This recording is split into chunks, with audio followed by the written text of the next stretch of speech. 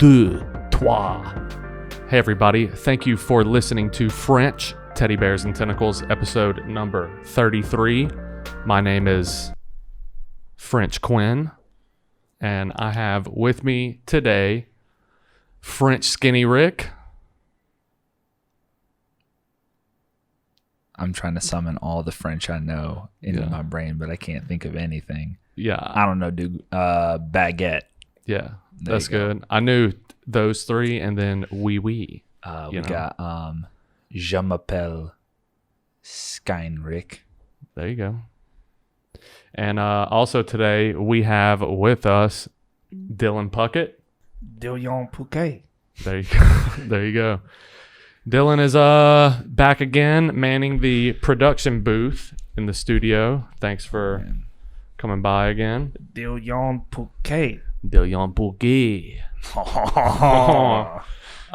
Dude, so the chef in the original Little Mermaid is one of the most terrifying characters in all of Disney movies whenever I was a kid, to me.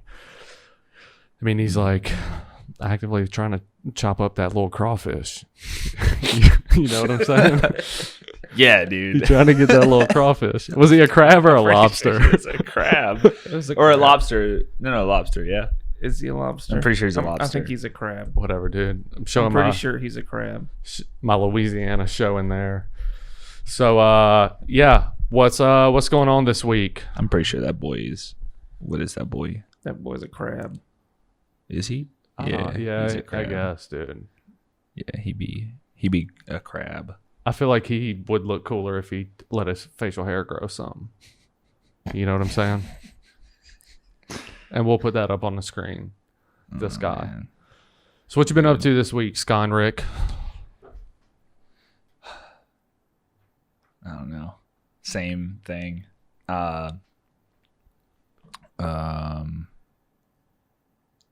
Some games. Quit Warzone. Yeah. Why? That game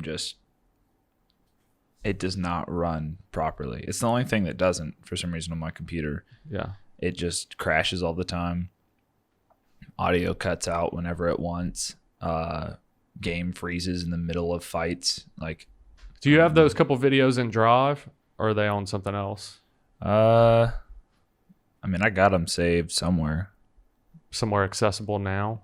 Like right now? Yeah, let's play one of them. And we'll tweet this at Activision. You know what I'm saying? Well, I already tweeted it. Well, So it's on my Twitter, but not my regular Twitter. Okay. So if we show it, then hidden Twitter. People would see my hidden Twitter. We'll just pull it up on here, and then what we'll do is we'll just put the other video over it. We'll edit this part out, and then whenever we pull up, so I'm pretty sure they can't see like down to words and stuff with this anyway. Secret identity.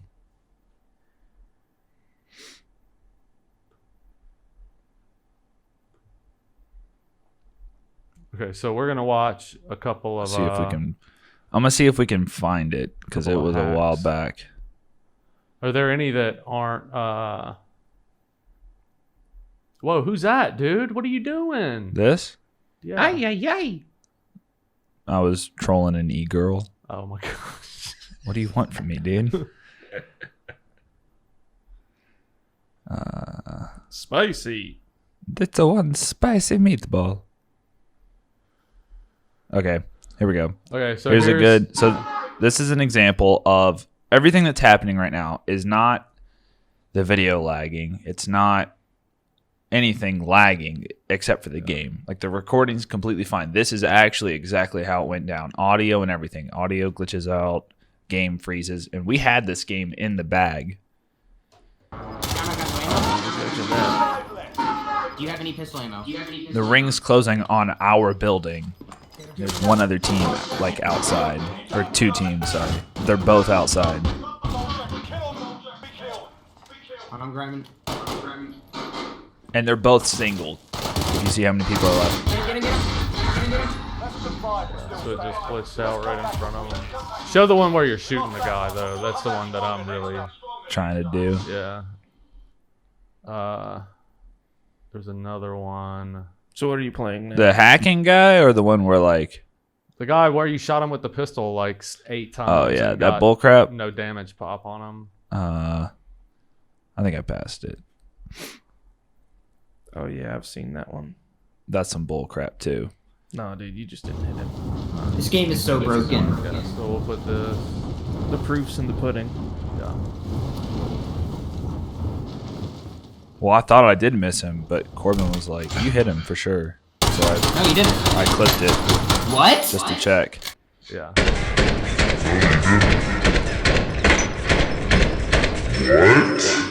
So... Going in slow motion. So that's what's going on right now with Sky and Rick's...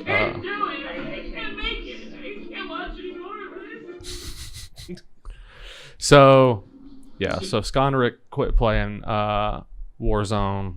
And so what you got going on now? Went back to Apex. You went back to Apex. Yeah, too. first game back, I got 4 kills, and I'm averaging about that much. That's 4 pretty much it. kills Yeah. a game. Mhm. That's pretty good. So I reinstalled. I mean, I say I'm averaging that. There's been lots of times where we drop hot, and there's just nothing. Like, I swear there's not a single gun in sight except for in the hands of someone else.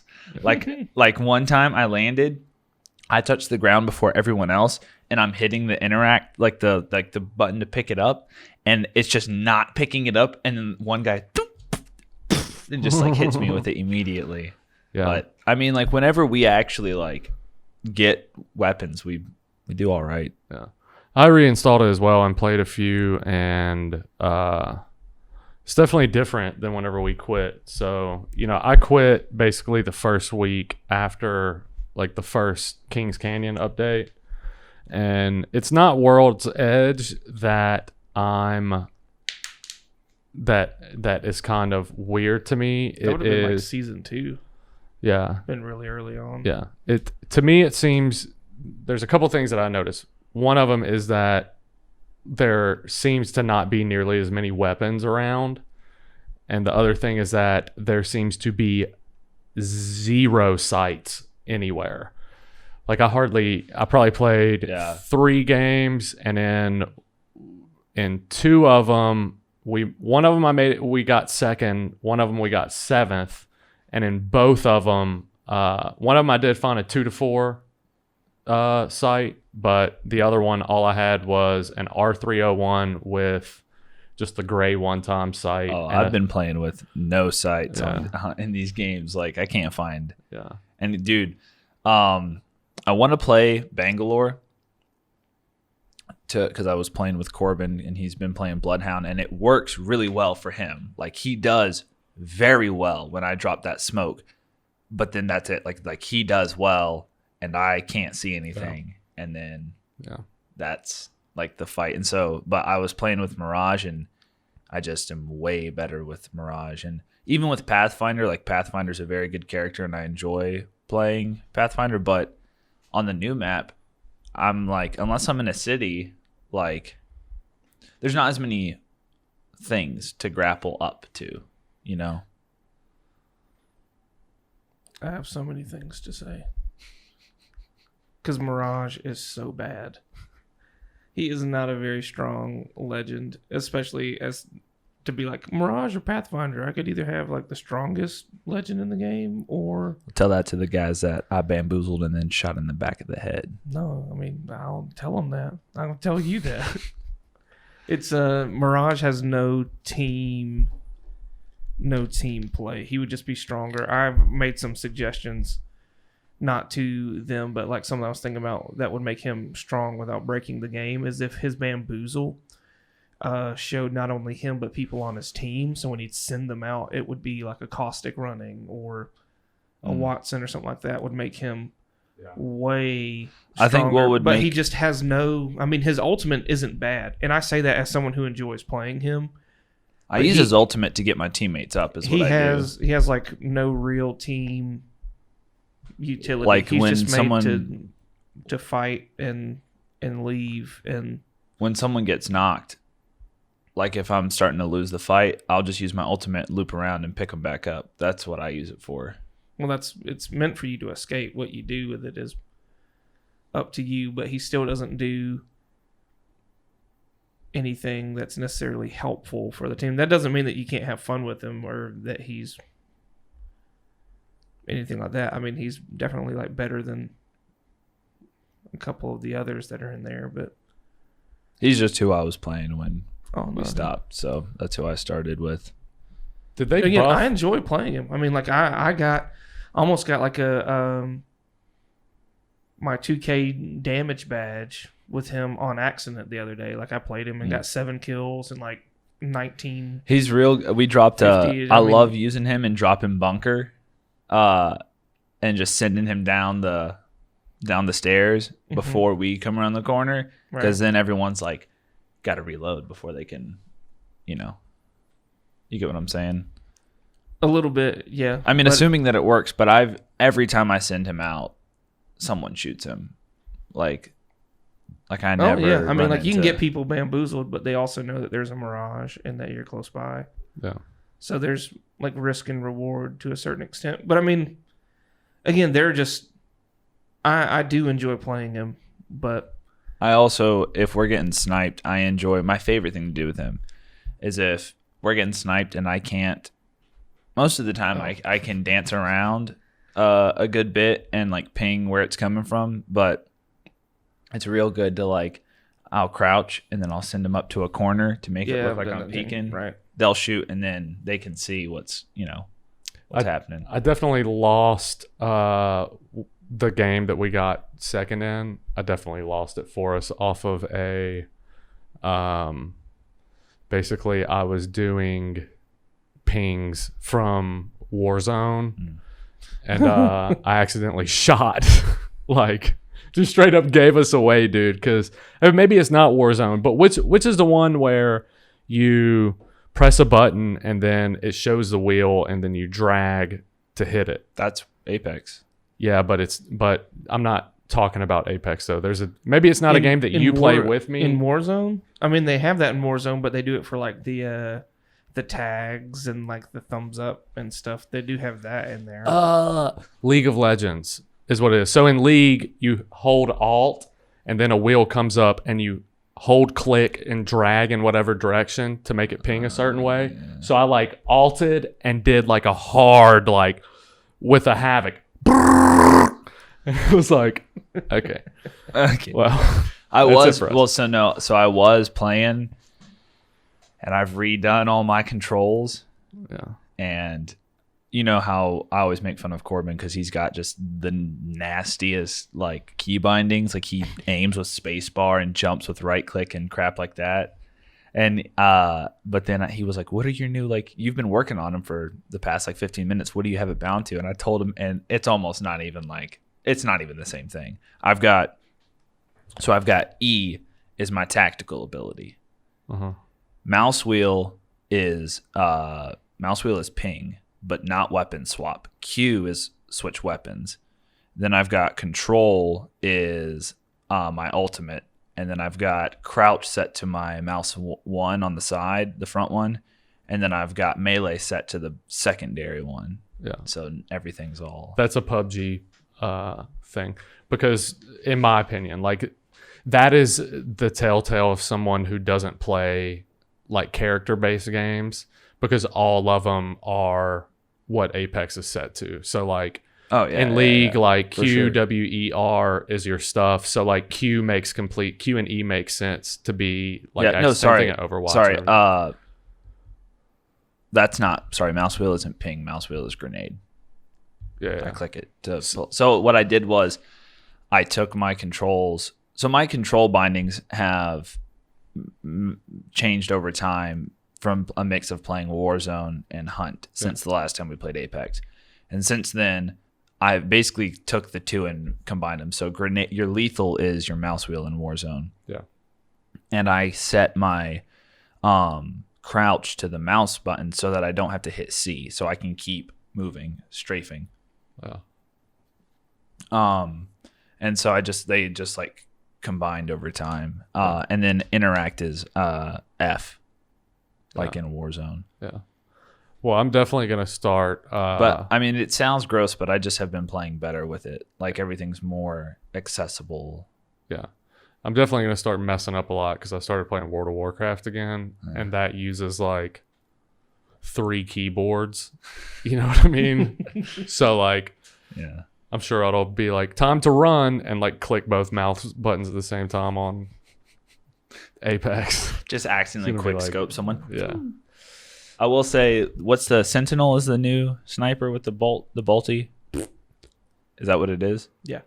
I love that gun. Very much so. I was telling him earlier I knocked somebody with a blue shield like a point blank headshot. I just the gotta other day. I just gotta learn how to use it better. Then they must have given it a Well, they may not have had a helmet. buff, yeah. Yeah. Because even if you shoot a like if you shoot a wraith with a white shield, and I think even if she has a white helmet, you can't get a knock. Well, it doesn't do. it was this close. Like we dropped air base in Kings Canyon like night or whatever. Dude, the night Oh, mode is yeah. my And absolute he was favorite. It's at my least favorite. he was at the bin next to me, and so his bin had like gun, blue shield, whatever. Mine had Sentinel sniper ammo and a backpack, and I just like I turned and he was like right there, and I just went pop and it knocked him. I don't know, but I've been getting thermites are still my absolute favorite grenade. yeah.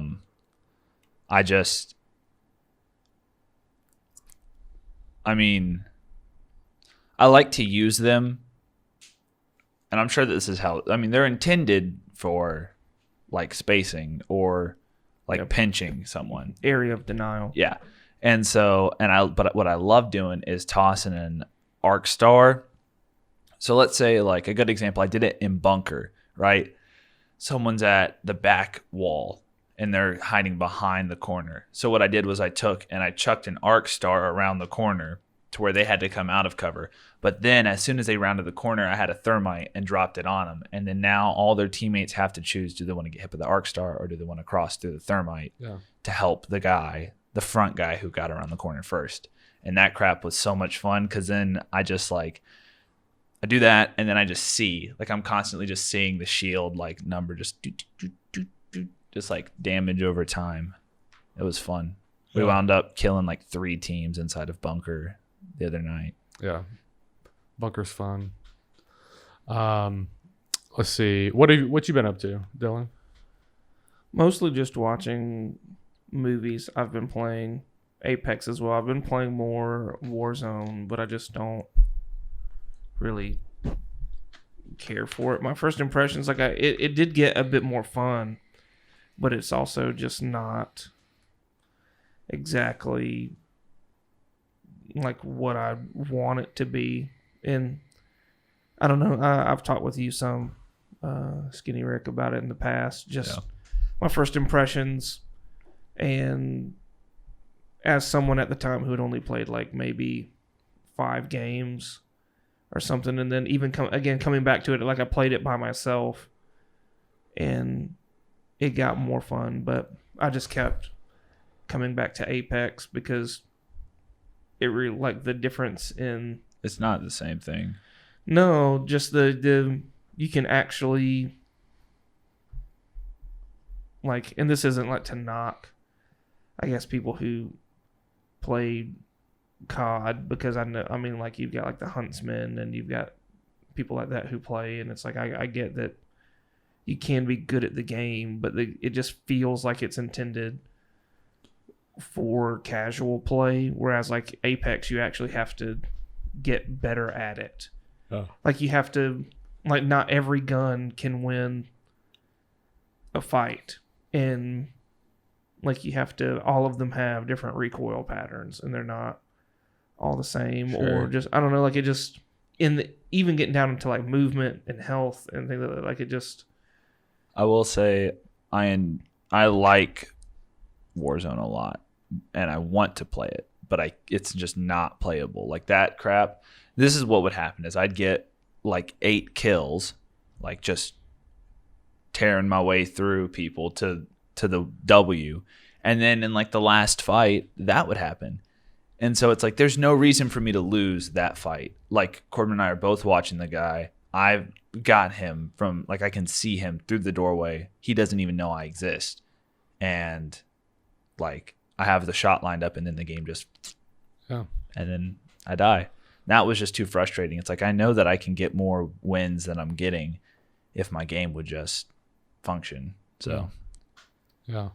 I always found that it weird that for the amount of guns in Modern Warfare, like the lack of them that actually drop and they don't have all the guns in chest. Warzone. Yeah, it's weird.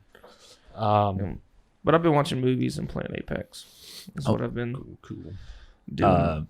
I saw this ad. Did you guys watch Onward? No. It was really good. You know, because when it came out, there was all these like things.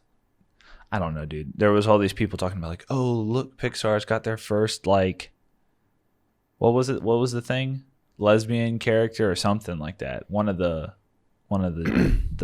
identifications. I don't even know. And so everyone was going on and on about it. And I've been following the movie for a while, like since I first like heard about it. I've been very excited to see it. And I was like, everyone's talking about it like it flopped because they were pushing some political agenda. I watched it and there was like one line from a character that was on screen for maybe 60 seconds about her girlfriend.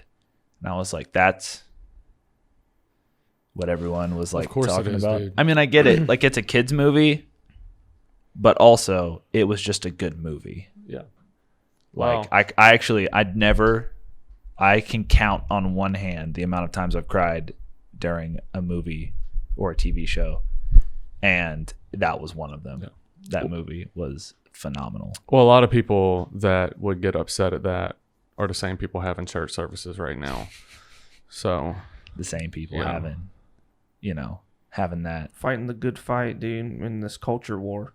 Did you see me tweeted a while back the like walk for COVID-19 and there was like a bunch of people gathered and it was like a protest to stop COVID-19 and I was like, yeah, dude, social distancing. It was like a whole like street just packed with people and I was like, yeah, dude, this we're gonna stop it now. This will do it. It's gonna come see this road full of people and be like, I guess I gotta go somewhere else. I don't know, man. I'm a bit over like the whole, that thing, like these agendas being inserted into movies for no reason. And then I'm also, tired of how upset some people get over that stuff. I mean, like the Solo thing was like made into much bigger of a deal than it actually was in the movie. Well, I still stand by what I said originally. Yeah. And it's that the writer told like middle-aged white men not to come see the movie. Yeah. Like that's what he said. And so they didn't. And I mean, if you think about it, like that is a huge chunk of your audience. Like middle-aged men are the types of people who are going to go see. Like these are the guys who grew up with with Han Solo being their childhood hero. Yeah. And you're going to tell them not to come see it. And that's probably why it failed. Yeah, I mean, it still was I enjoyed it. No, it failed because basically all the movies that they have put out under the Star Wars name have sucked. I thought it was a good movie. In years, I thought it was okay. I thought it was a step in the right direction. I felt about it similarly to the way that I felt about Wonder Woman when it came out. I was like, oh, this isn't nearly as bad as what you guys have been putting out for the past few years. Yeah, but it also wasn't Childish Gambino penetrating a robot. Do you know what I'm saying? Right. Which is how it was made out to be. Yeah. But also, that robot, I feel the same way about the robot as I do about Anakin in the prequels, where people are like, oh, he's just so bad and creepy. It's like, yeah, but did you ever think maybe he was supposed to be a little bit creepy. Yeah. Like, I mean, I get it. Like, we could say that about anything, but I mean, it very well could just be like the droid was annoying in the sense of like it just always being like real, like everything felt like an innuendo that it said. Yeah. And so maybe that was the goal. But that's, I mean, You know? it just isn't that much different than in like Rogue One, you know, the like Imperial robot or whatever, like the K2. like it has like a certain speech pattern that makes it sound like exceptionally sarcastic. Yeah. It just didn't like. No, It's just like, hey, this is the thing. for me. It was like, this is like a horny robot, not like That's what it felt like like. this is Lando's life partner, and like, you know what I mean? Like they're like, oh, hey guys, we gotta go to the back of the, you know what I mean? Like there was never any of that, and so it's just kind of like the closest they got to that was the scene where she's talking to Kira, I think is the girl. Yeah, Kira is Solo's love interest. Yeah, I reckon. And they're in the cockpit, and she's like, sometimes I do wonder, like, if we could be together or something like that. And then Kira's like, does that like work? And she's like, oh, it works. And then she's like, but no. And I'm like, what was that? Yeah. Like this whole conversation was pointless. I just think, dude, like, I don't know. I'm tired of like seeing a political agenda pushed into something that's like already good, and it doesn't make it better. Do you know what I'm saying? So I mean, if you want to put a character of like any age, sex, gender, like sexual preference, whatever, like do that, like if it fits in with the thing, but don't like generate. It's just not smart. The response that they get a lot is, or that we get a lot from the people who are putting these like political whatever agendas into movies, is like, oh well, like it's like art or something along those lines, where it's like, it's my creation. My thing is like, it's Star Wars, so it's a franchise, so no, it's not. Like, it's not really yours. You have been given the task of working on this project, but if you want to make the movie about this, then go make them, like, go do your thing. Like, make a movie, do your thing. Don't come into this franchise where you've got, like, you have to please the fans if you're trying to make money. Like and that's why I don't for me, there's a difference between watching a movie and watching a film. Like these big franchises, like it's not the same as going to watch like a piece of art, you know? And so don't try to act like it is some poetic work. It's you know, it's a franchised movie. It can be a good movie for sure. Like there's no doubt about that. But it's just not, you know, it's not your thing. Yeah. But I don't know. It's weird. I'll watch any movie, like, but just make it a good one. Do you know what I'm saying? Like, I don't care. Well, in that case, Onward was a very good movie. Good. So watch it. Good. I will.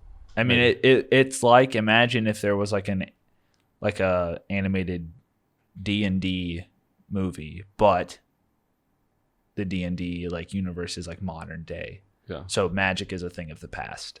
Think of it that way. Yeah. Because, I mean, I guess it's a spoiler alert. The older brother, the guy that Chris Pratt voices, is like a D&D nerd. Yeah. So he's like, oh, dude, I know this stuff. Like, I've read all this stuff about magic, and that's the whole thing. And then his brother's like, what are we doing? And you know, so the whole thing is them trying to learn magic and save their dad. Dude, I'm into that. Magicians and animated magicians. It's good. Yeah. We saw a magician in Hawaii. Y'all remember that? I did. It was a very good magician too. I did not want to be there with that magician. Do you remember that? I was like, can we please just go? Why? Because, bro, it's somebody whose like The- entire career is built on like tricking you. You know what I'm saying? That man pulled 2 cantaloupes out of That his was hat. Yeah. That man pulled an orange out of a cup, and I was like, okay, all right, Yeah. fair enough. I've seen that. That's good. Good work. I can't do that, but good work. Yeah. And then man was like, oh, is that not like impressive enough? Yeah. Like, But his little like, what do you call those things? You know what I'm talking about? That's like the hidden person that's in on it. Oh, the plant. Yeah, Dude, but there's a certain like there's a certain thing that they call it for specifically like for magicians. magicians? It's Oh, I like don't somebody who like this guy travels with that. Yeah. You know what I'm saying? Right. And like while he's doing that, And he's picking your pockets Yeah. while the Yeah. magician. oh is- yeah. But that's a little bit different, you know.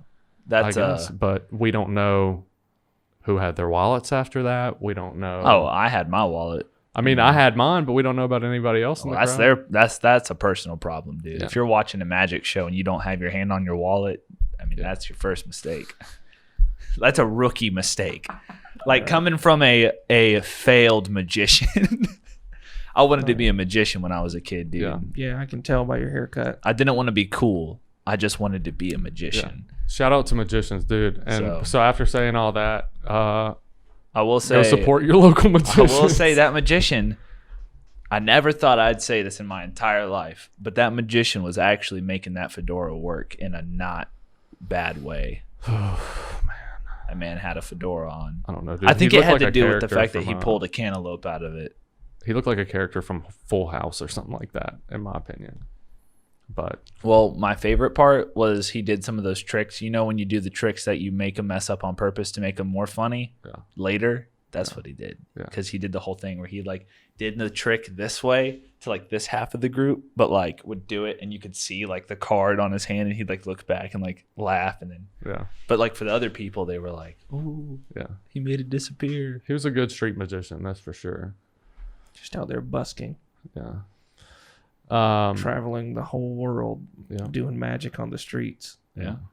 and living off of his Donate. parents' money, probably. He's basically somebody that you know, we used to work with. You know who I'm talking about. He's just not a magician.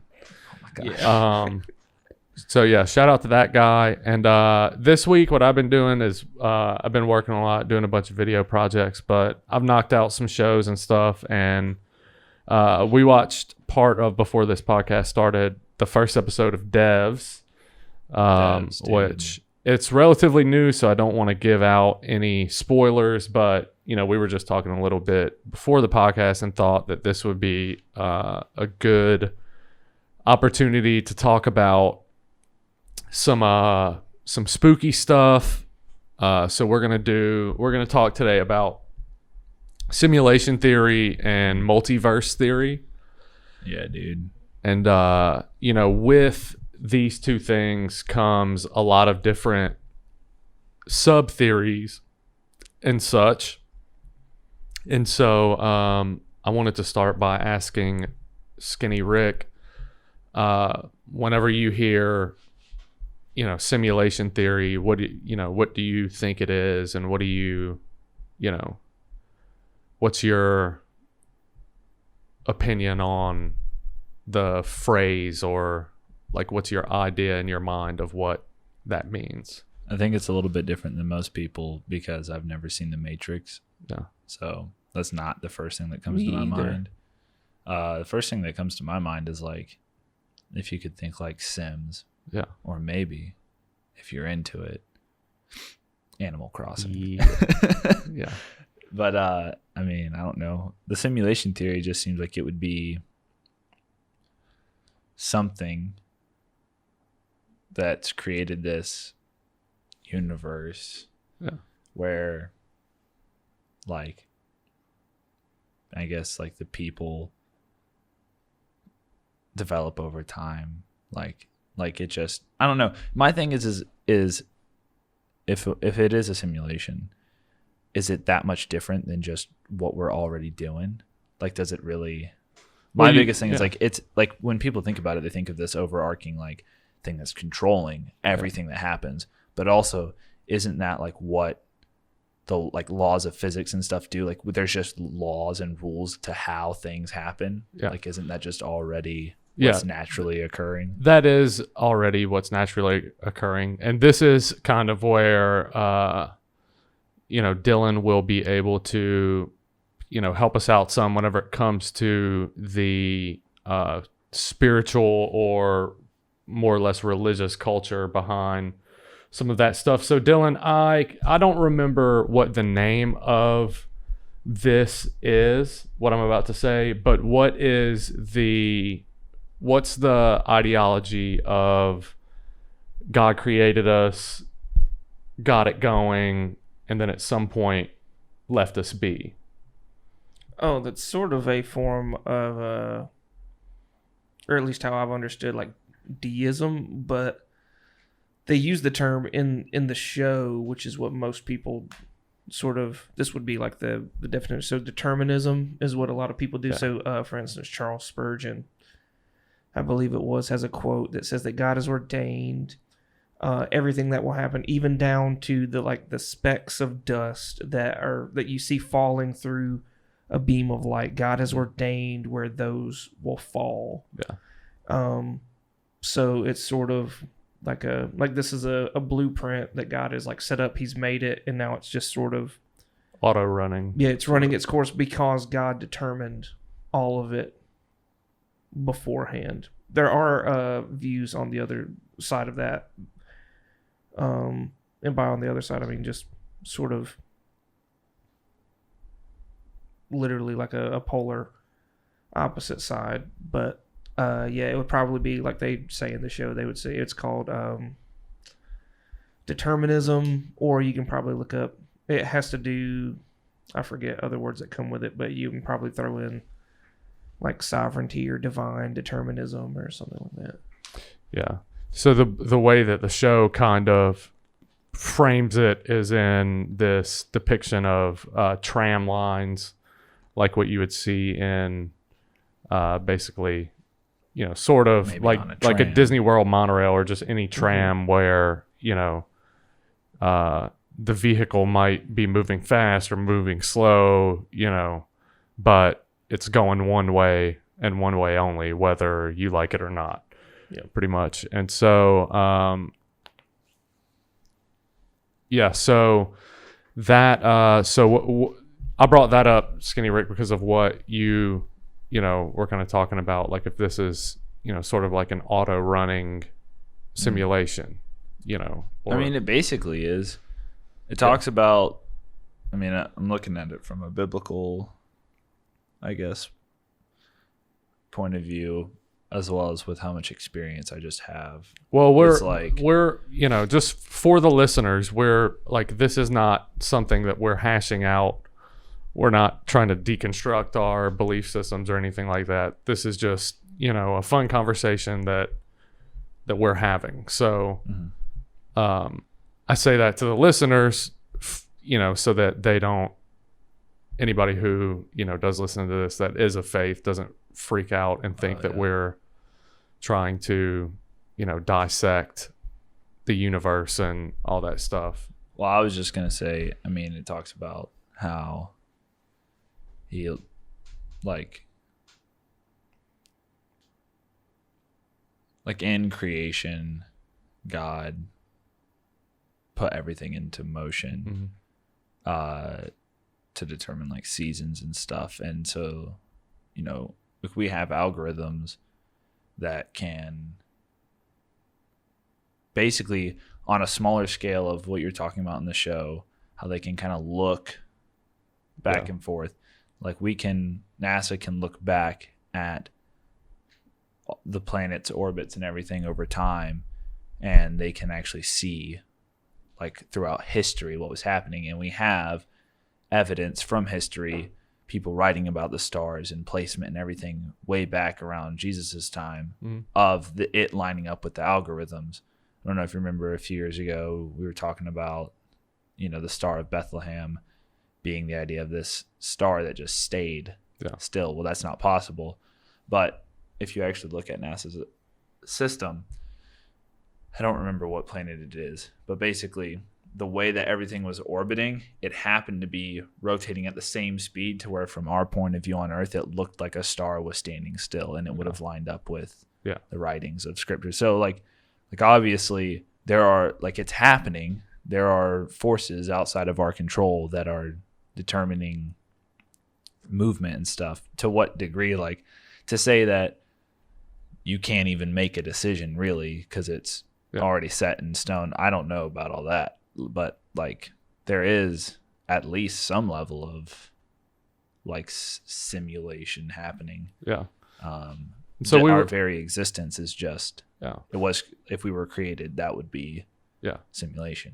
We were kind of talking about it before this. Obviously this is the only reality that we know of, and even if you break it down further than that, like, my reality is my reality and your reality is your reality, and we all experience different things. A lot of, all of our worldviews and perspectives and opinions are all built, individually by us, but what we were kind of talking about was, how funny it is whenever you have the conversation about some of these conspiracy theories, such as, what people like the conspiracy theory aspect of simulation theory, especially to Christians, sort of like consider it silly, but whenever you look at the belief system behind what we believe, it doesn't look that much different than this like science-y version of a simulation. All that's happening is they're taking, really realistically, is what they're doing is they're taking God out of the equation and plugging in a computer. And even with a computer, like, a computer is something that we've made, like, is man-made, but our brains function very similarly to how a computer functions. Like, it's a matter of how it was created, and So, were you gonna say something? I've got plenty of things in my head, but I don't think any of them are necessarily super relevant.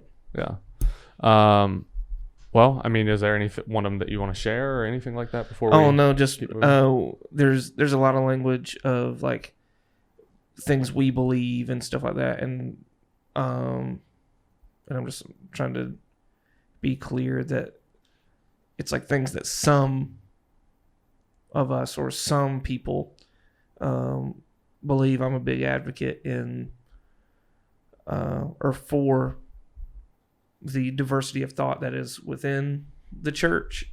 It's not always like represented well. I'm not saying that like I like think something that's like way out there, but just that when it comes to what Christians believe, it really depends on who you ask. But for a lot of people, it really would be the things that they believe would be incredibly similar to the idea of like a simulation theory, but like basically just what you guys are saying. But there are people like me, like as I've thought about it, like I don't there's certainly like Isaac said, like there are things that are in motion, but whether they are necessarily like I just don't personally take a view that things are determined, because it doesn't line up with, no matter what you say, that doesn't line up with any of our experiences. Yeah. And especially as Christians, you can believe that God has determined everything, but you don't pray like you believe that. Yeah. And so it's, again, I think that the future is, on the other side of sort of like a divine determinism, there's what is called open theism, which is this idea that the future, it's articulated by some people differently than others, as is basically anything. But my understanding of it is that the view of the future is that the future is to a certain degree open, that God or the simulation or any of this could be determined, but there is the future is impacted by decisions that we make. There are things that can be set in stone that are going to happen, but we can change the outcome of a number of things. Like I could extend how long I live my life by the way that I choose to eat, or I could shorten it by the way that I choose to eat. But what has been determined is that I will not live forever. Yeah. And so I don't know. There are just different ways of thinking about it, but a lot of that with Christians gets into their whole, I think, like a misunderstanding of sovereignty, because that's a kingly term. So it means like this is like I rule here. It doesn't mean that everything it means that you're under his law, under this king's law, not that like just because a king has a law and he's sovereign over his nation doesn't mean that everybody acts according to his law. Yeah. And it doesn't mean that everyone does everything exactly that he says. But for some reason, that's what we think sovereignty means. Yeah. And it's simply not the case. Yeah.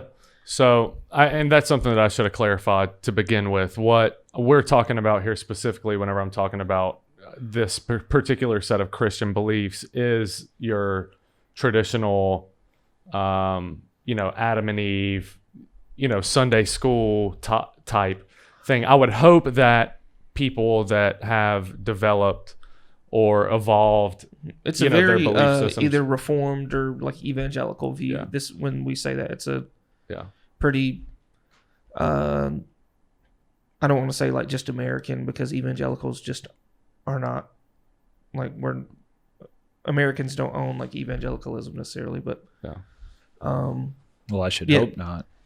There's a particular type of it, and I mean, even then when we get into like Christian fundamentalism and things like that just recently have come into play a few hundred years ago in response to theories regarding evolution and things like that. I mean, it gets when you really look into it, you can see why we think the things that we think now. But there are particular sects of people and streams of thought, and which again, a very common one is what we're discussing. And I'm not saying that it's right or wrong. It's just that a lot of people do think about the world that way, think about God that way. But and it's I would just I would think that the people that do develop into like their own belief systems within Christianity and stuff like that are not the people that would dismiss immediately a theory like simulation theory. Sure. For me personally, like I believe in some mixture of creationism and evolution. Like to me, if the Big Bang is real and we had these single-celled organisms mutate into multi-celled organisms that eventually evolved into what we are today, or a cat or whatever, like that's as magical as a garden and a whatever, and that's not as far back as my belief system goes. Like I just there's just evidence of evolution that we run into every day. A baby, until it turns 18, 19, 20 or whatever, like you're witnessing an evolution process. You're witnessing a growth process. And there's plenty of where the distinction is made is between microevolution and macroevolution. And there's tons of microevolution happening all around us. As far as macroevolution, talking about species changing species to species, we have a lot of like assumptions that have to be made, and not a lot of like given evidence for that slow change over time, where people might suggest that we slowly evolved into what we are now. And so I mean, even with like the original ideas of the birds, what type of birds were they? I don't remember. On the island when Darwin was traveling and kind of his first like, I guess, writings about it, like the first time he kind of had something to point to, being that the birds from each island were slightly different than the others because they had to adapt to their there were physical changes because of the environments that they were in. And so that's a real thing. I mean, like take Yeah. dogs for instance, like you can breed dogs to make different, Yeah. types of dogs. Like it's just, it's a real thing. It's not like things don't change. Yeah. But that's where I guess the difference is between micro and macro, where a lot of times people who, and I don't even know a whole lot about it. I've only had a basic schooling, like high school education on it. But a lot of people who don't know what they're talking about will talk about it as if it's one process and it's not different. Yeah. So what are you're saying that the distinction is between micro and macro. So what actually are the distinctions between it? Like when you were to say macroevolution, what is that? And if you say microevolution, what is that? So microevolution is going to be evolution that occurs inside of a given species. So, I mean, the birds are a perfect example where, let's say their beak shapes are different, or maybe some of them fly better than others. Maybe there's not a need for one subspecies to fly because there's no like predators in their area. But maybe there's ground predators on the next island over that are killing these birds. And so now over time, that species that doesn't fly may not need to fly. And so their flight ability de-evolves. Yeah. And maybe their beaks become stronger or harder and designed for digging instead of like picking something out of a tree. And so, but macro would be talking about like chimpanzees evolving into turning into people. Well, so that's people. I mean, I guess that's. I mean, I get that, but it's also again it's the idea of I do think it's an important distinction to say that it's a common ancestor. Yeah. People say we came from monkeys, and that's probably not.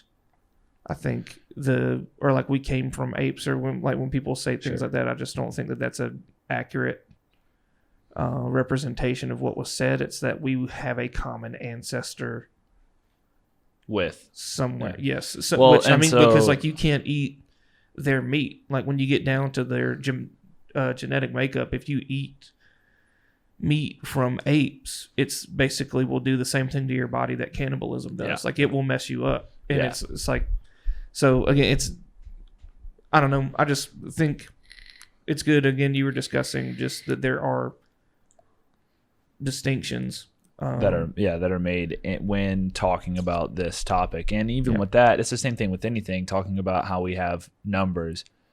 Like our numbers really real.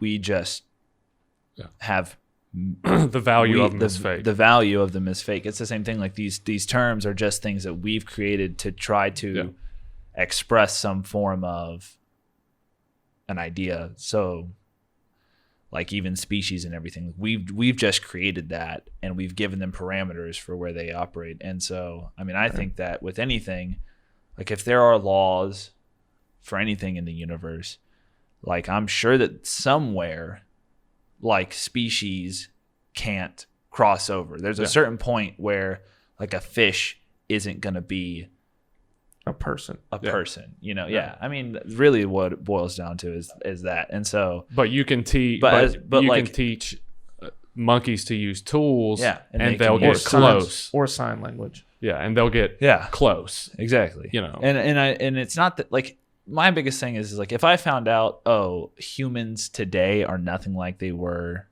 however long ago, I mean, I'm not going to be surprised. Like nature just does its thing, and things change. Like even if you look at the the axis of the Earth has shifted since that earthquake a few years ago. Yeah. Like things just change. Our seasons have shifted because of it. You know, it's the same way for me. I haven't noticed really because I'm exceptionally young and haven't been around before that to really notice. Yeah. But like there is just a distinction is my main point in the evolutionary process. And to be clear, whenever I say that that's something that I believe, I'm not talking about monkeys turning into humans, Yeah. or I mean, like that was just an example of the Big Bang and all that stuff. Like the reality of it is, I have no idea, but I mean, even with the Big Bang, like there is evidence that there was some sort of explosion. But I mean, even with that, I've heard the theory where, our universe is cone shaped, similarly to how sound travels. And so some people say, well, what if, when God spoke, that was the Big Bang? Like, what if, and everything's constantly stretching, like our universe is growing, it's moving out. Yeah.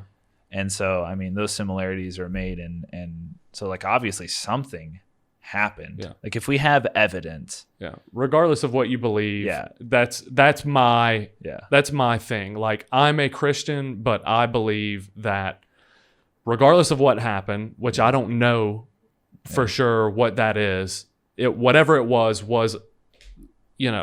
seems to be that it was a magical thing. I mean, the idea of our existence is just is wild. Yeah. Like the idea that we're here, like I'm breathing, I'm able to think, I'm talking with you guys, like I'm having a conversation, is wild when you really sit down and think about it. And so we got here somehow.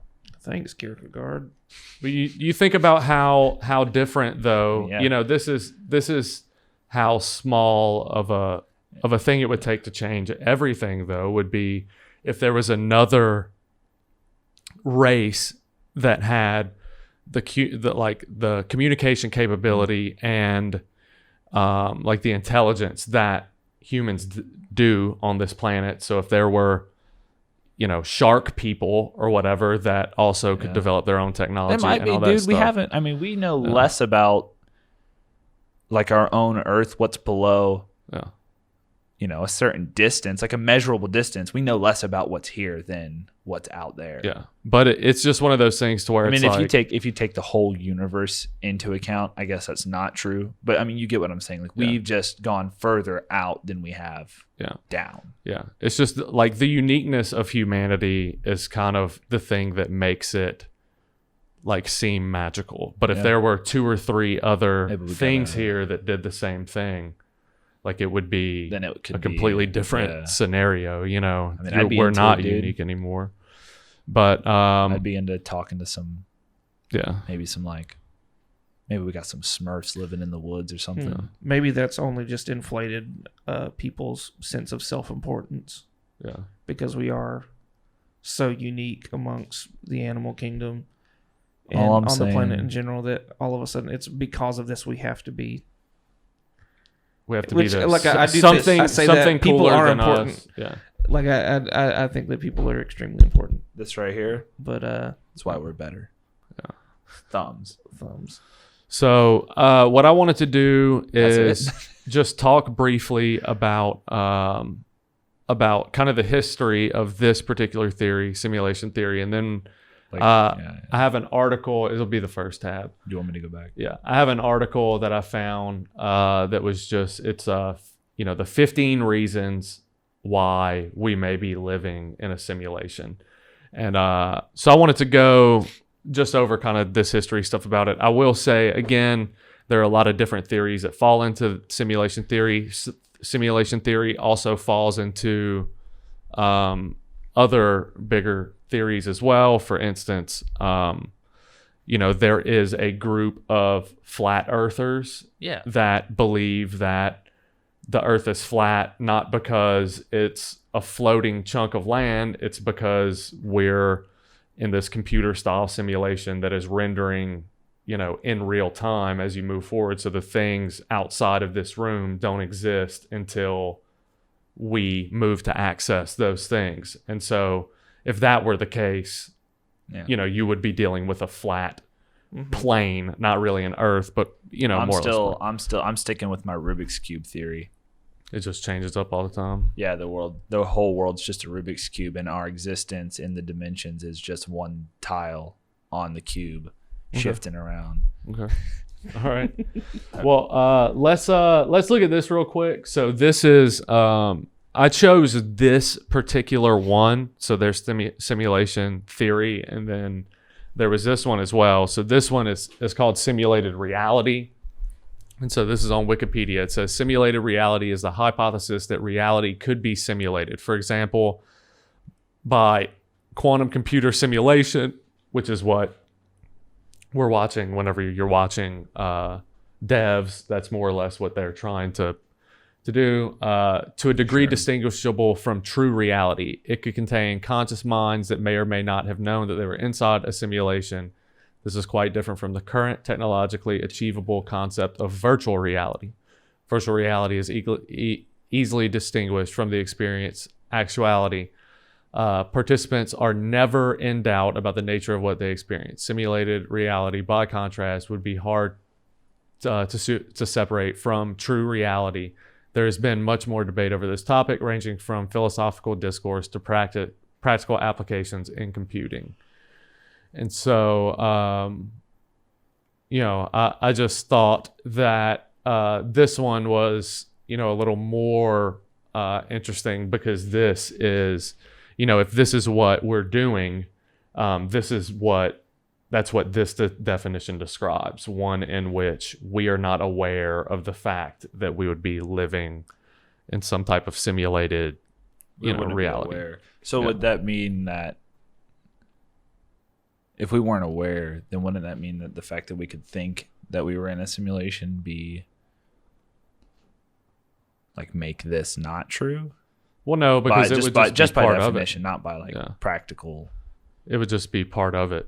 It would be if we're talking about like a computer ran simulation, it would run. So remember what you were talking about? You were quoting someone else, but talking about how, don't you think that if it is possible for us to run a simulated Earth, in however many years, if that is something that science could achieve, is it not likely that it's already happening? Lex Friedman was talking about that on that's all I'm saying. With this, wouldn't the fact that we think about it be affect how the simulation is running?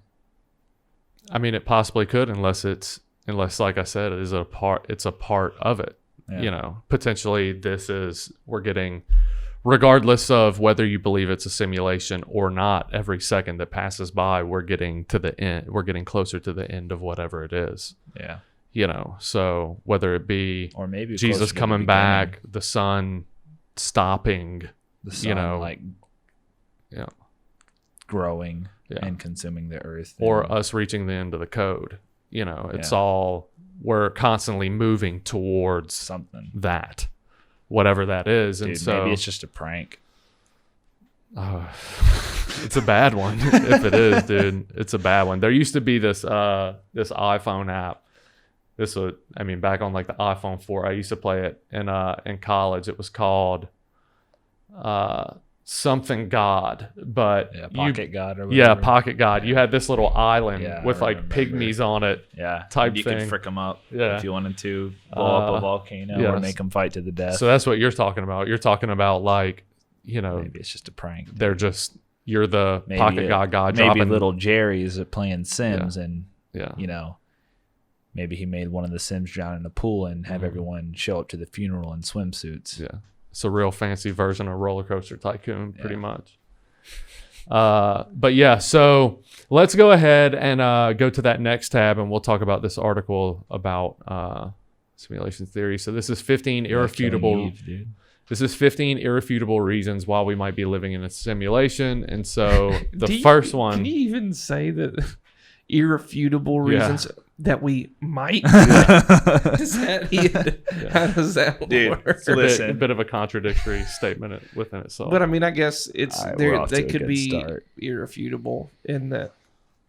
I don't know. I understand what they're saying fully, but also the fact that the number points exist basically are irrefutable. So number one on the list is the Mandela effect. This is one of my favorites. The reason that it's called the Mandela effect is because there was this group memory that Nelson Mandela had died in prison.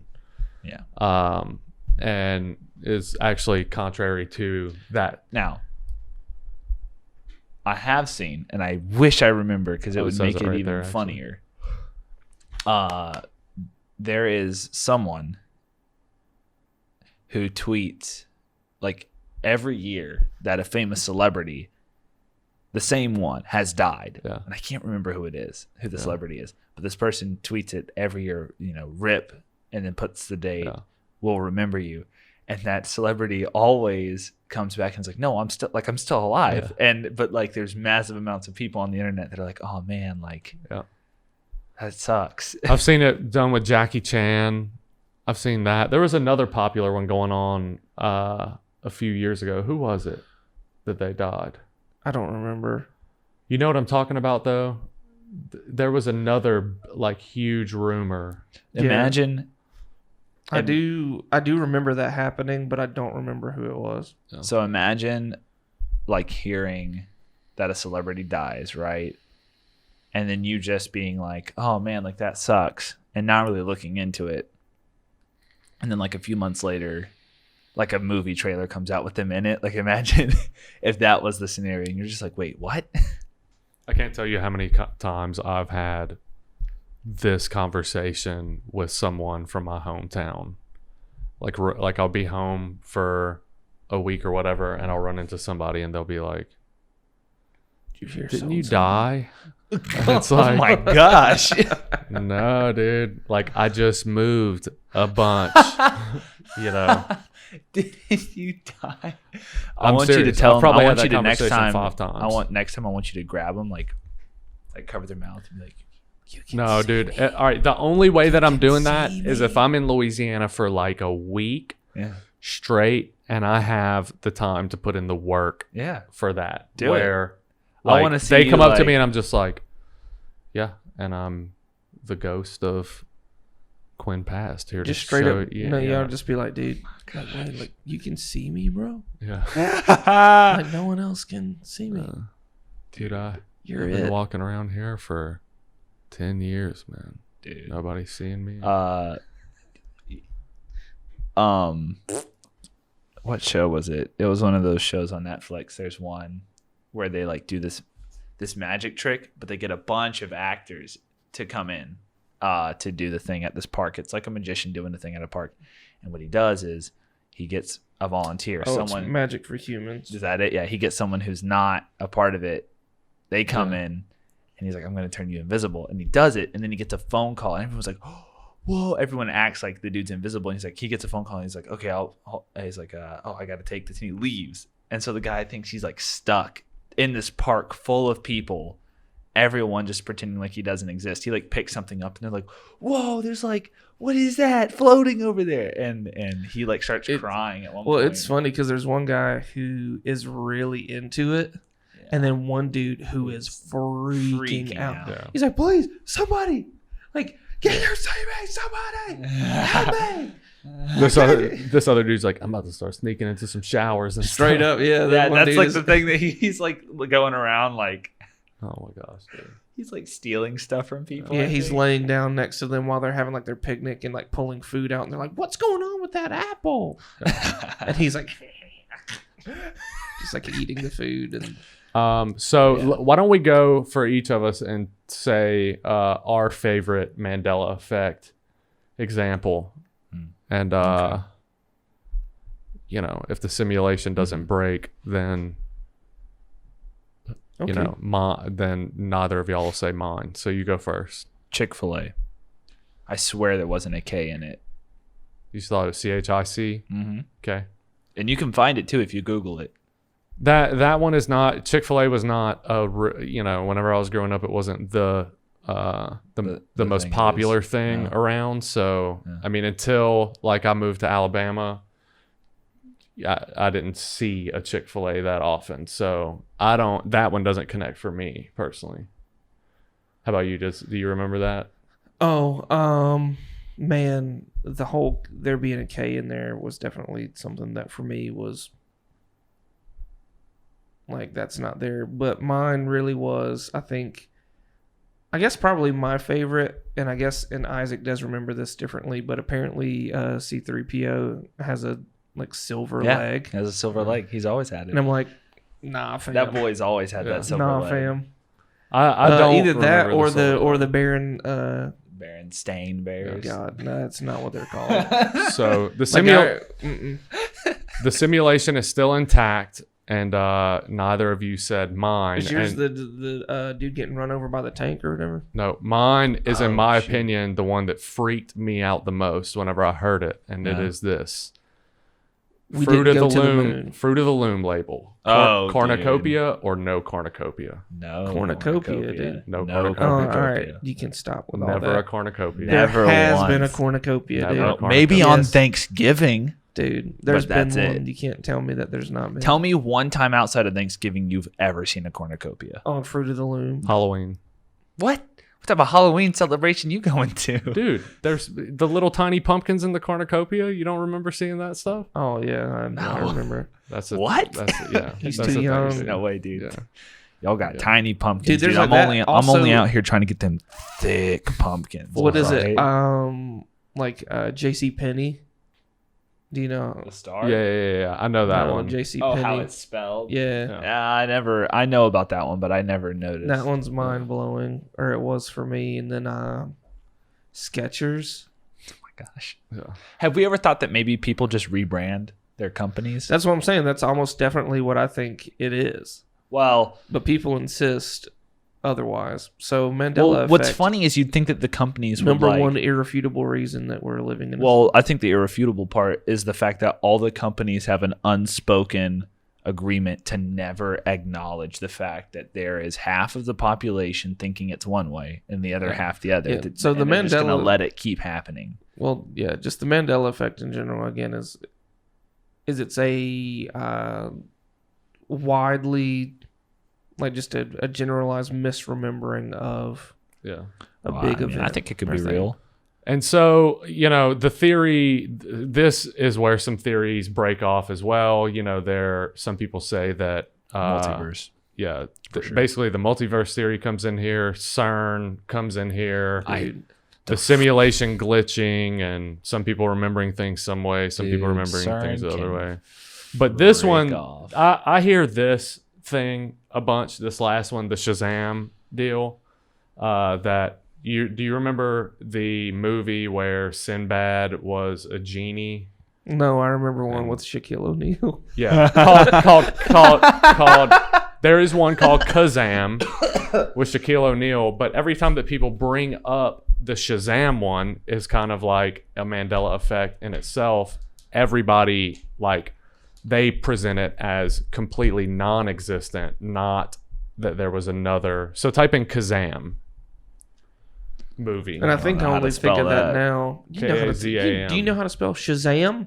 No. Oh, Kazam movie. Was it Shaq or look, there it is right there, 1996. Was it Shaq or Sinbad? I forget. It was Shaq. Shaq is in it, and I say that, but I also swear that Sinbad was in one. Click that. Which one? It doesn't matter.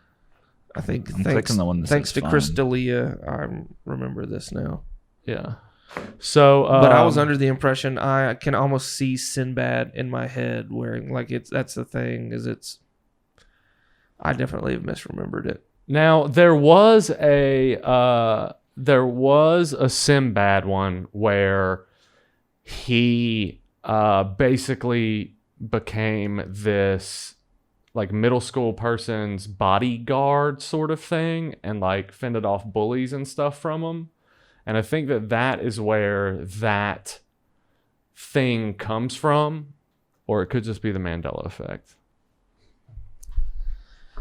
Oh, dude, Shazam is real. There it is. Show it to us.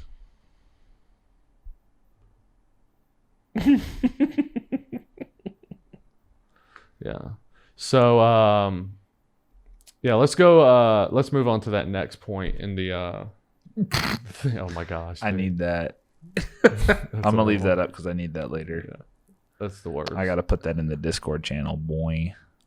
Yeah. So let's go back to this. So I guess maybe the next time we can do like multiverse theory or whatever, because we're pretty deep into this at this point already. So go ahead and go down. So we got Mandela effect. Number 2 is missing aliens.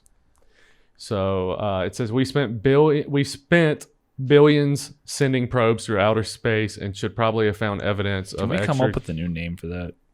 For what? Probes. Nah. Because that's what they are. it's just, I don't know, dude. It's something you sending out there to poke something. Poke something in the booty. Yeah, and get some info, No. you know. So, booty or no booty. You got a USB port down there or something? I don't know. Yeah. Dude. USB port. Yeah. How kids be acting these days, it's like they got some candy or something down there. So the aliens, we've spent yeah. a bunch of... We We just haven't found any aliens. That's Yeah, that's basically what it's saying. So, Boo, that one sucks. So it says we spent billions sending probes through outer space, haven't found aliens.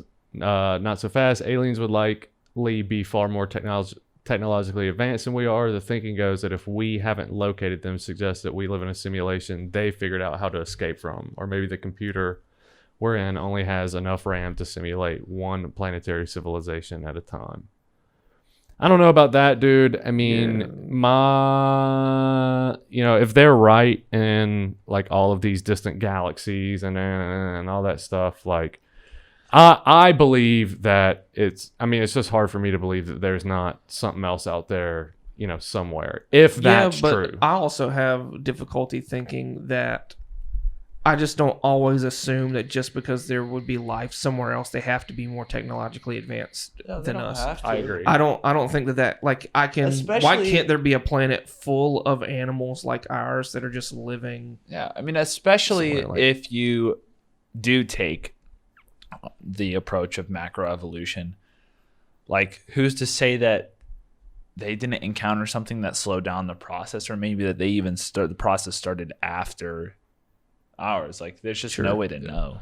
And if you're someone that that believes that the ancient Egyptians had some form of higher technology, I think so, or dude. something like that, batteries, dude. Yeah, then the concept of the Egyptians built batteries. The concept of a civilization, restarting or having some hardcore setback is something that is if you've played close, Assassin's Creed 3, that's basically what happened. Yeah, it's just very close to, to what it looks like happened with that particular era of people. But, I enjoy talking about this stuff. I'm not an expert on any of it, and I get that there's so much unknown that what really qualifies an expert is just their knowledge of how things work. But I mean, I personally think that there is other stuff, and I do think that there's aliens, but as far as like, I couldn't tell you whether that's a physical distance or like talking about a multiverse or like different dimensions, like whether they just can go between dimensions. Yeah. Like that would be in my opinion, just like that a would version be more of us, likely, or at least more comprehensible because of like the fact that we understand that there are other dimensions. Like if we can understand it, surely a more advanced civilization would be able to. Yeah. I also have a hard time thinking that if they did understand, like if they had technology that was so advanced that they could do something like that they wouldn't. Yeah. Because I don't know, I just have a hard time thinking that they would have some sort of motivation. Yeah, whether it be like ethically, morally, whatever their standards are. Because like when we discover that, I mean, like we're trying to send stuff into another one. Yeah. And I feel like right now, like if I were to ask the both of you, like, hey, if you could go to another dimension, like no question, like there wouldn't be like any issue with it. Like you could go to another dimension, like would you go? And it'd be like, Can you come back? Yeah. Yeah, you totally can. Oh yeah, sure. Like if you could do that, like I don't like why. Again, unless something has compelled you to not do that. I mean, it could be very possible. Whether it be like legal or, but even then, like, why would? I don't know. I think it depends. Think about if a more advanced civilization was trying to find us. Okay, let's say they found us, realize that we aren't to them primitive. They'd probably just observe and like not expose themselves. to us. But I mean, it's also Oh, like Can of Worms, dude. it also The old Disney movie. I haven't seen it. if you think about like It sounds like it's probably from the 90s. if you think about things that just like in a multiverse scenario where something else besides like the combustion engine was invented, and you were able, and they had some other form of energy that Yeah. they made a different type of vehicle, like there's a high likelihood that they would be as enamored with our technology as we would be with their technology. Sure, that makes sense. But y'all use explosions to power stuff? What I know. the heck? That's still, I mean, you're talking about life being wild, bro. I think about that all the time. Controlled explosions is what hurled us over the ocean for like 8 hours. Yeah, from here to Hawaii. Yeah, it's like Well, it was like 12 hours, yeah, or no? Oh, I'm thinking just In general. yeah, something like that. But like just sort of general. It's like, dude, that's so crazy that behind we let 16-year-olds like navigate the world through using controlled explosions and weighs over a ton, like crap like that. It's like, dude, this is insane. Just so dude, they come over here, they're like analyzing everything, like, y'all are letting like less than fully developed beings control what is wrong with you? then just leave. I we can't come over here, we can't let them know we exist. They're crazy, bro. That's basically how it would go down. So the Bob Lazar story, which if nobody's familiar with that, is that scientist that worked for S4 in Area 51 who claims that he worked on I think 9 unidentified crafts, tried to reverse engineer them and stuff. But whenever we're talking about technology, the reason I'm saying that is because technological leaps don't take that much time. I don't know if it was you and I that were talking about that recently, but for if you go back 2,000 years to whenever Jesus was on earth, like technology didn't look that much different for 1,700 years, and then all of a sudden it just and so like Bob Lazar, maybe that's part of the simulation, dude. Maybe the simulation started when technology started advancing. Oh, they use cheat codes. But Bob Lazar, no, I was just gonna say maybe the world did exist just like this, but then when technology started advancing, everyone just was like, you know what, we're just gonna simulate it, and then maybe we're all asleep somewhere. Well, whenever Bob Lazar was doing this stuff in the 80s with these crafts, he the reason I'm saying that is because he was saying that all of the parts in this craft seem to be one thing, like almost melted together like candle wax is how he described it back then. But now whenever he describes it as something that was 3D printed, which in the 80s, there was no way for him to know that 3D printers would ever exist to be able to do that. Like form that into describe that correctly. So, that technological jump was only 30-ish years from the time that he was working with this crafts to us having 3D printers. So right. I mean, it's just interesting to think about that stuff. We've got these like photon, like resin printers now that can print detail finer than like the width of a human hair. Yeah. Same thing as like you and I were talking about a few episodes ago. If they figure out how to do light speed travel, like it wouldn't take a couple hundred years for our technology to turn into something completely different than what we know it as today. It would probably take 5 years, before we're sending somebody to Andromeda, like that type of deal. So I mean, it's just like I said, like we just don't have a way to go farther than we have limitations on how far we can go and how fast. And the thing is it takes so long to get places right now in space that like you said, like the whole, you can go, like people are going to go to Mars And those people who go aren't coming back. Yeah. You know, they're going to have to go and they're going to have to build whatever. They're going to have to develop it. Like, I think it's very possible, but I don't see it being until we figure out how to just go faster. Yeah. You know. But what I'm saying is that like, let's say like until we figure out how to, yeah, you know, open up the command console and activate no clip, we're not going to be able to. Yeah. It just is one of those things to where like once we figure out how to do it in like the smallest way, Yeah, like we've it's got to gonna bypass the compressor. Yeah. So Still my favorite. let's keep going. Yeah, let's go on to the next one. This one is electrons that can't make up their mind in physics. Famous double slit experiment. Electrons are fired at a photosensitive screen through slits in a copper plate, usually producing an interference pattern that indicates wave-like behavior. But when the same experiment when the same experiment is conducted under observations, electrons behave like particles, not waves, and there's no interference pattern. Yeah, how weird is that just us watching?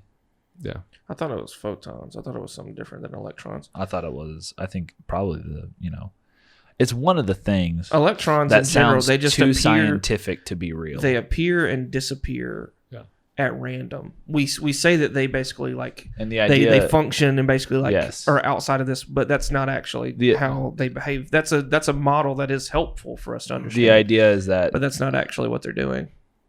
The idea is that they appear and reappear wherever. But I remember people talking about like perhaps they're being created and destroyed that quickly. It's like one of the things. One of the theories is like its lifespan, quote unquote, is so short that it just.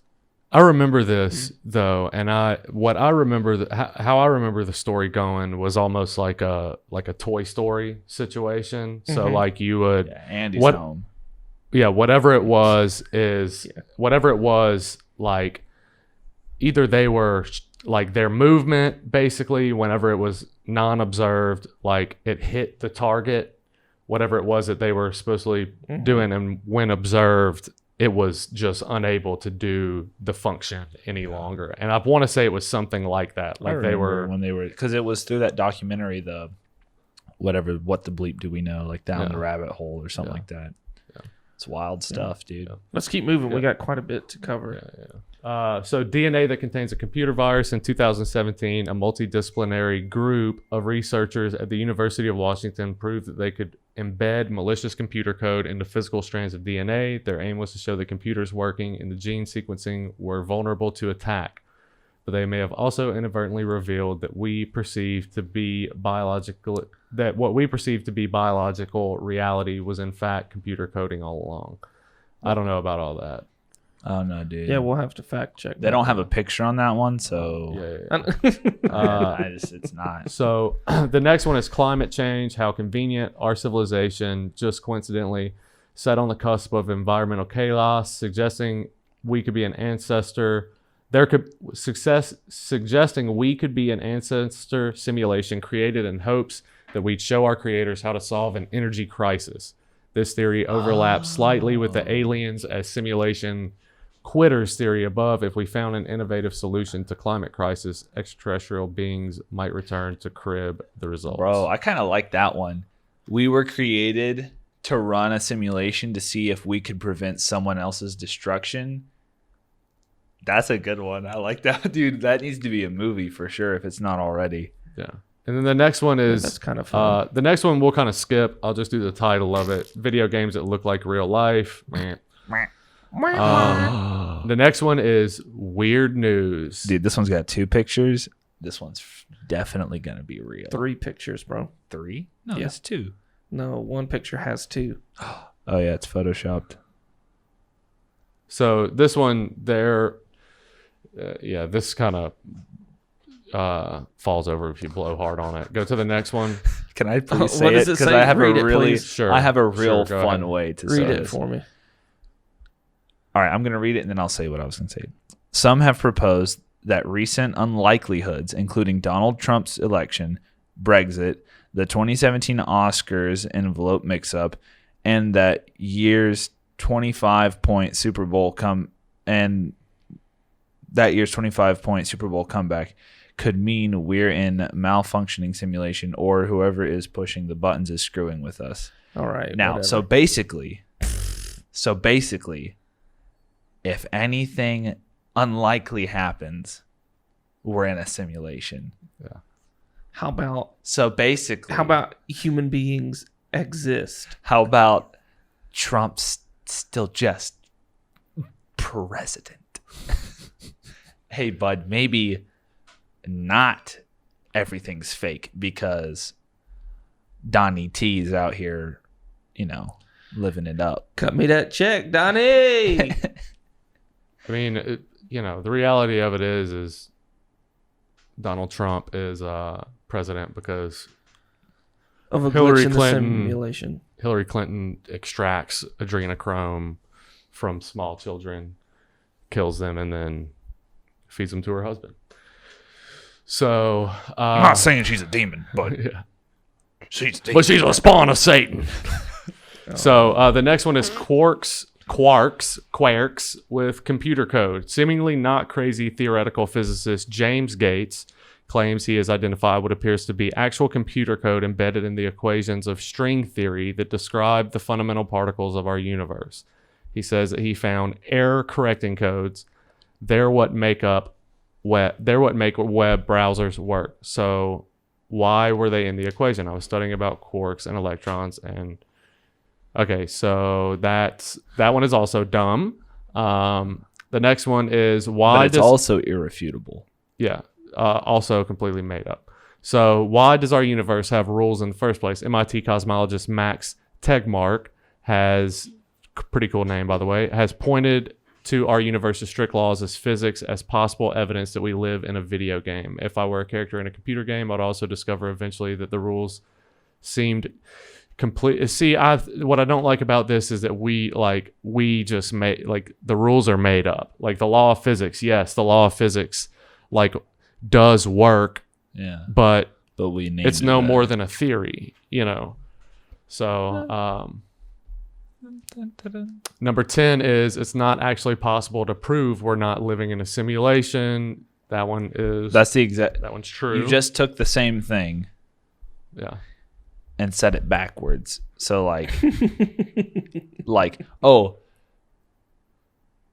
it's the same thing. It's like, okay, well, obviously, if we can't 100% prove that we are in a simulation, then we also can't prove that we're not in a simulation. Yeah. So number 11 That is one is irrefutable, though. number 11 is the Goldilocks zone. Earth exists within what astrologists Oh, not Call. too hot, not too cold. This one is funny. This one's just right. This one is funny because it doesn't make sense that if we got 12 feet closer, whatever it is, to the sun, that we die. Well, then how come I could get on a plane or maybe go in a tall building, huh? How come maybe we could go to the moon, huh? This is true.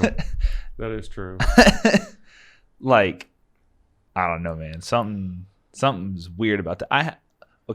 I have no doubt that if the Earth was an X amount of distance closer or farther, that it would be too hot or too cold. But I don't think it's as fine a parameter as they've set. Yeah. Yeah, for sure. And how they know they had to scooch the planet back a little bit. Yeah. How come? At one point, just Now- it's a little too warm, Dude, right? maybe that's why. I'm gonna scooch on back. That's why in Savannah we can't build buildings taller than like whatever the limit is right now. Maybe that's why, because we know that if we get closer, we could get a little sunburn, We're gonna get too Well, burnt. a lot of people, get a little crispy. that do believe in like Big Bang creation and like a single cell organism mutation also, style evolution. If That's everything is stretching apart, wouldn't the temperature have changed over time? yeah. But where this does make sense is that if that is something that you believe in, what I was just talking about, like single cell organisms mutate into multi-cell organisms that eventually turn into like us, then more than likely, the Goldilocks zone is the thing that that basically,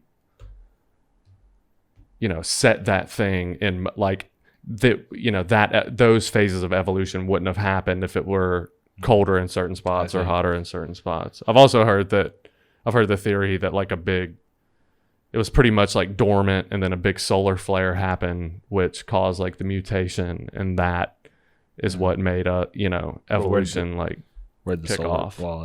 I was about to say where'd the solar flare come from, but that's a whole nother conversation in itself. So the next one is 12. It makes more sense than ghosts. Let's go to the next one. Who you gonna call? Yeah, let's go to the next one. Dude, this one's got 17 pictures. That's crazy, dude. Do we live in ghosts or simulation theory? Oh, dude, look at this one. These people are almost the same people, but they're different. And this, basically, if there's two cats, it's a simulation. That is weird. The car one is kind of strange a little bit. Well, I mean, that's just the same. Or, no, it's one letter off. Yeah. We got these guys. Hey, bud, twins are real. Oh my gosh, identical benches? This one's just a prank for sure. Yeah. The existence of Parkers is the existence of any brand theory. ever. Yeah. Well, dude, it is pretty crazy. I don't know. Parker's is probably the best example, dude, and these for like around here, like Photoshop, because they literally, like the Parkers that's in Pooler on Dean Forest, like they copy and pasted that Parker's onto Highway 80. I mean, look at neighborhoods, bud. Yeah, they do that to houses. Yeah, I know, like but in it's just Hinesville, like you drive out a little bit, and it's like there are 3 home models that we've got, and we're gonna put that thing right here, and then we're gonna put this one, and then we're gonna do this one, and then we're gonna start over. That is pretty good. Parker's is just so weird because whenever you go into the identical ones, it's down to like the M&Ms, where they have the how this one particular, like underneath the Reese's cups, the thing is messed up. Yeah. Telling you the price, and this one somehow has dude it messed up too. Except for Fancy Parker's, that one's really different. That's why he said when you go to the identical ones. Yeah. But I'm just saying, maybe that one's the screw up. So the next one is, we already know what the bricks of the Matrix are. So I'm gonna just read this because I don't know what exactly.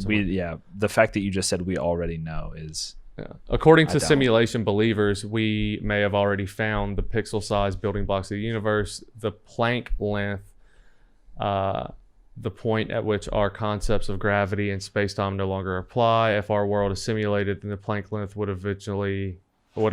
equivalent to 1 bit of information or pixel, whatever, dude. We're already good at making simulations, and we're getting even better. See, there's an actual. Like that idea, the idea that we could make a simulation is a... And that, that goes to, okay, in the direction. What are we doing? Yeah, I'm not even doing the last one. The last one is Yanni versus Laurel. And didn't we already just talk about the fact that that's just frequencies? Yeah. Like some people just can't hear the frequencies. Yeah. I can tell you right now. There are some things like that where you hear it, and if you're looking at it, it's the same thing with how I was talking about earlier before we started, how our brain is meant to identify patterns. And so if you actually are listening to that type of stuff and you cover one of them, you hear the one that's not covered because your brain is actually like it's filling in the gaps, basically. I would, at the end of this whole thing, I think that there's a few things that fascinate me that whenever I think about this, that just pop up in my head without much, thought context, if you will. It was talking about the simulation. We're already good at simulations. Like the first thing that popped into my head was, the fact that we're making cameras that, can see things that the naked eye can't see. And we've been doing color. That for a long time. Yeah. Also, we make TVs that do video output that are much higher than what we can actually what our brains and eyes can render themselves. Like I don't, from what I understand, I think I'm running at a solid like 720 right now. Yeah, from what I understand, you can't even see like real 4K Then how with do your we naked know? eye. Bro, How do we know we've made it? It's a good That is question. If you can't see it, how do we know? I mean, I'm sure it has to do with microscopes, you know? Nah, fam. Yeah. So basically what you're saying is if we just turn our resolution down in our brains, we could play Minecraft in real life. Maybe. Maybe. But it's pretty, it's pretty interesting to think about. One of the things whenever I told you about this show today, Devs was crap. Where was I going with that, dude? We were talking about how we're fart, creating things more powerful or detailed than we can perceive. Yeah. Something like what they're building in Devs.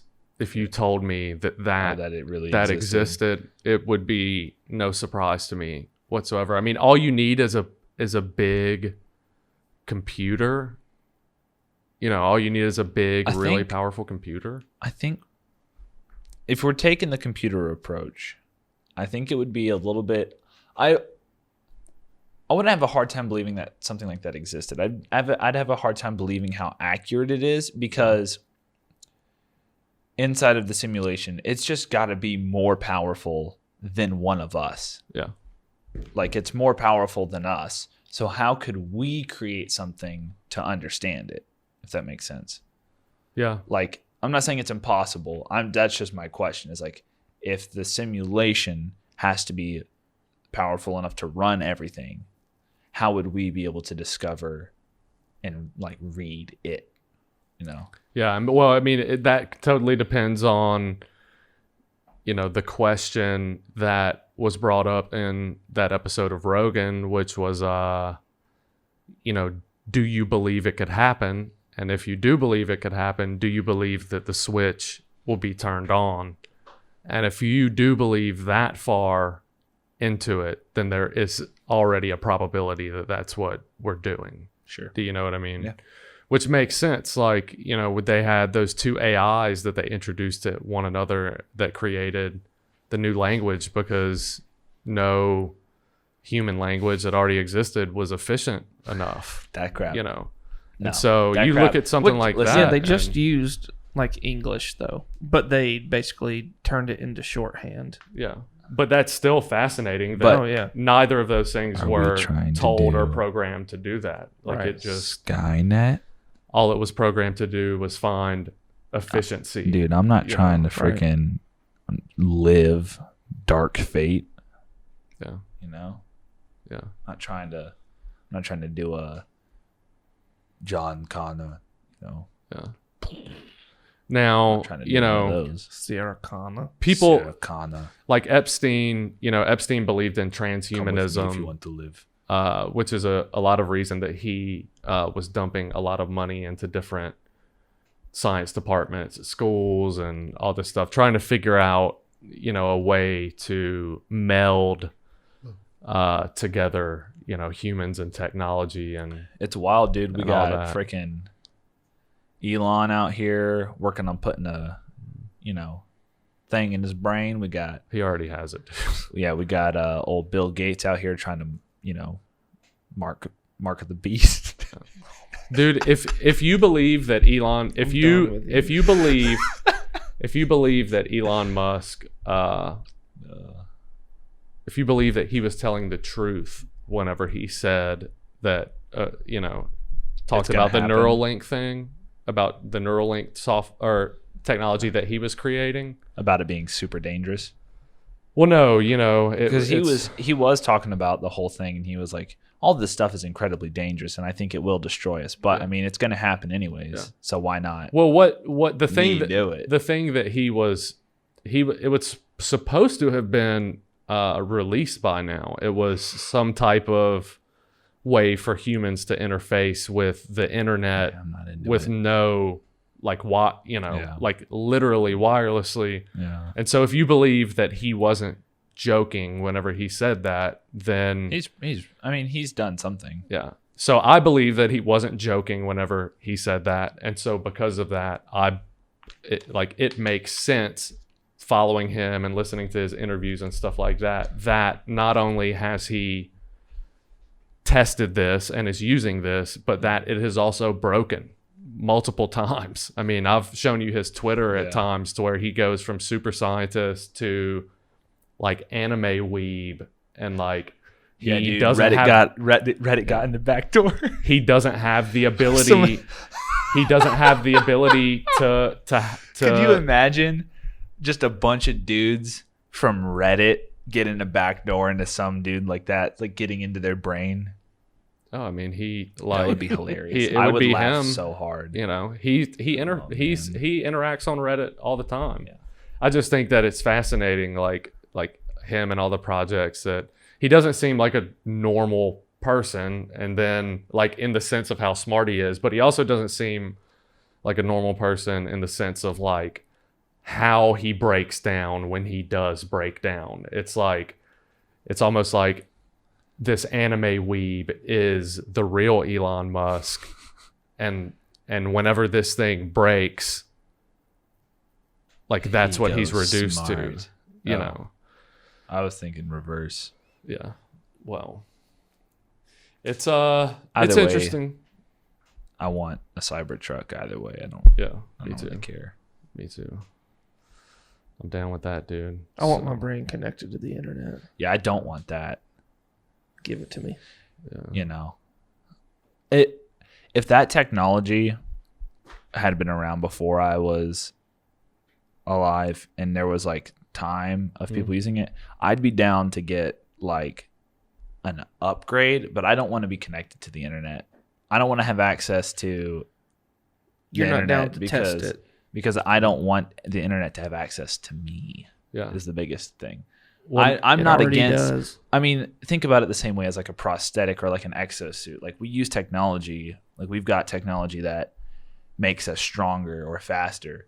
Yeah. Like I'm not against the whole make our brains more powerful, but I am not trying to be connected to everything else. Well, if you were to trust someone's product, I mean, his would be the one to trust. You know, like, but I'm still not trying to do it. Most people with his intelligence and his, like, you know, if you want to call him like a super scientist or whatever, like most of those people you see turn into the Green Goblin, something else, or corruption. Not even that. Like, well, the thing with him is he's just doing it because he's like, oh, I could do this. Yeah. Oh, but then I'm gonna do it. Yeah, but it's like if you look at Bill Gates, like regardless of if you feel like Bill Gates is evil or is trying to end the world or whatever, like Bill Gates has like some really negative ideologies and some really weird plans, and it just, you know, Elon Musk kind of looks like the Dr. Quest, if you remember Johnny Quest in this thing. Like he's the only one that's using this technology and this stuff to actually, like, for the good of humanity. Yeah. Well, I like the guy. Yeah, I really do. And I also think that it's great that his problems is where it starts. So like the Boring Company and making the tunnel is like, I'm tired of sitting in traffic and waiting. So the first tunnel that I'm doing is going to be from where my house is at to the freaking Tesla factory. When they were like, what are you doing? Just digging a pit. Yeah. That crap was so funny. It's like they wanted to tell us we couldn't, but it's like, it's my property and I'm just digging a pit. Yeah. What's the pit for? It's a pit. Yeah. We don't know yet, but we feel like this is the perfect spot for it. And so let's dig it. But yeah. So today was a fun one, man. You made a flamethrower too. Yeah. Today was a fun one. I enjoy, you know, theoretical discussion. Here's the Elon Musk. Not a flamethrower. Not a flamethrower. It's not a flamethrower. Yeah. Let's go. You want to flamethrow right now? I don't know if it's safe because I don't know if this is the right stuff. It is. You sure? Yeah. Yeah, I'm positive. Here, why don't you look right there and tell me if it works, okay? Okay. I'm doing it right now. The only problem is the last time that I used that thing, it was spitting a good bit. Here, I'll do it. I'll be the one responsible. Well, for we're not it. doing it inside, are we? Oh, Yeah. we're doing it inside. We're doing it right now. bro. One of us is gonna die. No, One of us is gonna die. Like not actually, but like get in trouble. You think so? Just take it. You think that if we do it, we're gonna get in trouble?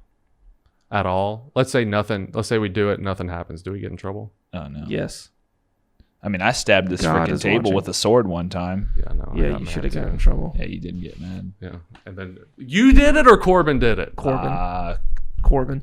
Was it Corbin? I don't was really Corbin. remember. It was It Corbin. was Half of my the- idea. Half of the reason I I know got that. mad it was because it was Corbin, Corbin did it. and he got enough sense. I mean, I'll stab it again.